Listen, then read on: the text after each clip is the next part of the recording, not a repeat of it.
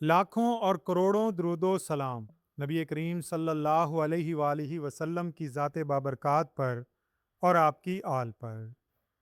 नाज़रीन कराम, आज की वीडियो में हम आपको हज़रत बायज़ीद बुस्तामी रहमतुल्लाह अलैह का निहायत खूबसूरत वाक़या सुनाएंगे, जिसमें आपने एक तवाइफ को मुंह मांगी कीमत अदा करके किसी काम पर आमादा किया। नजरीन कराम, हज़रत बायज़ीद बुस्तामी रहमतुल्लाह अलैह औलिया अल्लाह में सुल्तानुल आरिफीन के भी इमाम थे। आपका मकाम क्या था, हज़रत जुनैद बगदादी रहमतुल्लाह अलैह के इस कौल से इसका अंदाज़ा लगाया जा सकता है। जुनैद बगदादी रहमतुल्लाह अलैह ने फरमाया कि हज़रत बायज़ीद बुस्तामी रहमतुल्लाह अलैह का औलिया अल्लाह में मकाम ऐसे है जैसे मलाइका में हज़रत जिब्राईल अलैहिस्सलाम का। आपकी ज़ुबान से जो लफ्ज़ अदा होता, अल्लाह करीम उसको कबूलियत अता फरमाते।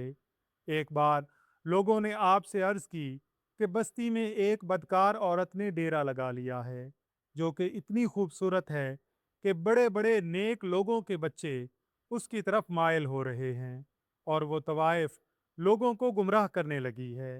आप तक खबर पहुंची तो अपनी जाए नमाज उठाकर उस बदकार औरत के दरवाजे के सामने बिछा दिया और इबादत में मसरूफ़ हो गए। सारा दिन गुजर गया, शाम हो गई।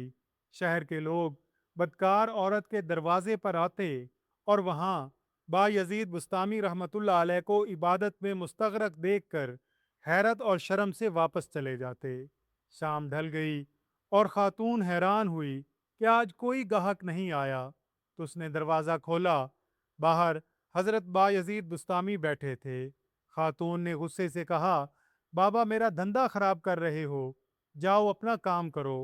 हज़रत बायज़ीद ने पूछा, तेरा क्या धंधा है?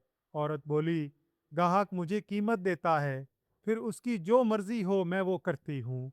हज़रत बायज़ीद ने तस्दीकी अंदाज में पूछा, क्या मैं भी तुम्हें कीमत दे दूँ तो जो मैं कहूँगा वो करोगी? औरत ने हाँ कर दी।